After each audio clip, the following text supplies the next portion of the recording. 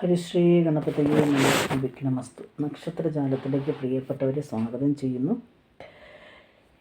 കഴിഞ്ഞ ദിവസങ്ങളിലൊക്കെ പറഞ്ഞതുപോലെ തന്നെ 12 വർഷങ്ങൾക്ക് ശേഷം വ്യാഴം എല്ലാ രാശിയിലേക്കും പ്രവേശിക്കാൻ തയ്യാറായി നിൽക്കുന്ന ഒരു സമയമാണ് 2025 എന്ന് പറയുന്നത്.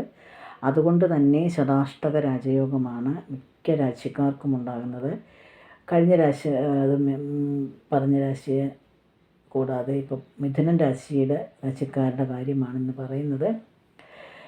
അതിന് മുന്നേ ഒരു കാര്യം പറഞ്ഞുകൊള്ളട്ടെ. ആദ്യമായിട്ടാണ് ഈ ചാനൽ കാണുന്നതെങ്കിൽ ഒന്ന് സബ്സ്ക്രൈബ് ചെയ്യുക.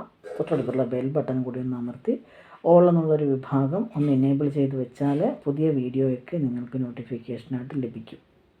മിഥുന രാശിക്കാർക്ക് 2025 തുടങ്ങുന്നത് മുതൽ കയ്യിൽ വരുന്ന പണം എങ്ങനെയാണ് ചിലവഴിക്കേണ്ടതെന്ന് നല്ല വ്യക്തമായ ധാരണയുണ്ടാകും. അതായത് 2025 തുടങ്ങുമ്പോൾ തന്നെ എത്ര പണം കയ്യിൽ വന്നാലും അതെങ്ങനെയാണ് ചിലവഴിക്കേണ്ടത് എന്ന് വ്യക്തമായ ധാരണയുണ്ട്. അതുകൊണ്ട് തന്നെ അനാവശ്യമായി പണം കയ്യിൽ നിന്ന് നഷ്ടപ്പെടുകയില്ല. എന്നിരുന്നാലും പണം കടം കൊടുക്കാതിരിക്കുക. കടം കൊടുക്കാതിരിക്കുന്നതാണ് ഏറ്റവും ഉത്തമം.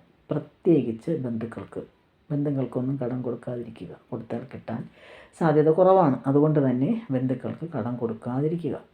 കടം കൊടുക്കാതിരിക്കുക ആർക്കും തന്നെ അങ്ങനെ കഴിവതും കൊടുക്കാതിരിക്കുക. അത്രയ്ക്ക് വിശ്വാസം ഉള്ളവർക്ക് മാത്രം കൊടുക്കുക. ഇപ്പോൾ ഉള്ള ജോലിയിലൊക്കെ ചെറിയ പ്രശ്നങ്ങളൊക്കെ കാണുന്നുണ്ട്. ചിലപ്പോൾ ചെറിയ ജോലി ആയിരിക്കാം, അതിൽ ചെറിയ പ്രശ്നങ്ങളൊക്കെ കാണുന്നുണ്ട്. എന്നിരുന്നാലും പുതിയ നല്ല ജോലിയിലേക്ക് പ്രവേശിക്കുവാനുള്ളൊരു ഭാഗ്യം നിങ്ങൾക്ക് വന്നു ചേരുന്ന സമയമാണ് ഈ ശതാഷ്ടക രാജയോഗം.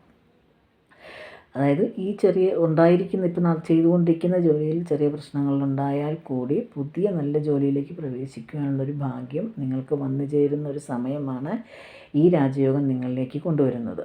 ഈ രാജയോഗം ആയതുകൊണ്ട് തന്നെയാണ് അങ്ങനത്തെ സമയം വരുന്നത്.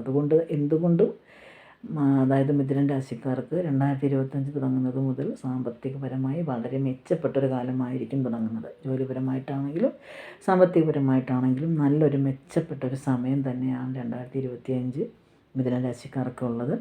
മാത്രമല്ല, നിങ്ങൾ ചെയ്യുന്ന ഏതൊരു കാര്യവും ശുഭകരമായി പര്യവസാനിക്കും. അതായത് ഈ ശതാഷ്ടക രാജയോഗം നിമിത്തം അതുകൊണ്ട് തന്നെ എന്ത് കാര്യം ചെയ്താലും അതെല്ലാം ശുഭകരമായി പര്യവസാനിക്കുന്ന ഒരു സമയമാണ് 2025. അപ്പോൾ ഇത്രയും കാര്യങ്ങളാണ് മിഥുന രാശിക്കാർക്ക് 2025 പറയാനുള്ള പെട്ടെന്ന് പറയാൻ പറ്റുന്ന കാര്യങ്ങൾ. വിശദമായിട്ടുള്ള വീഡിയോ ഒക്കെ പുറകെ വരുന്നുണ്ട്. അടുത്ത വർഷത്തേക്കുള്ള 2025 ജാതക ഫലങ്ങളും ഒക്കെ പുതിയ വീഡിയോ വേറെ വരുന്നുണ്ട്. അപ്പോൾ മറ്റ് ഒരു വീഡിയോയുമായി വീണ്ടും കാണുന്നവരെ എല്ലാവർക്കും നന്ദി, നമസ്കാരം.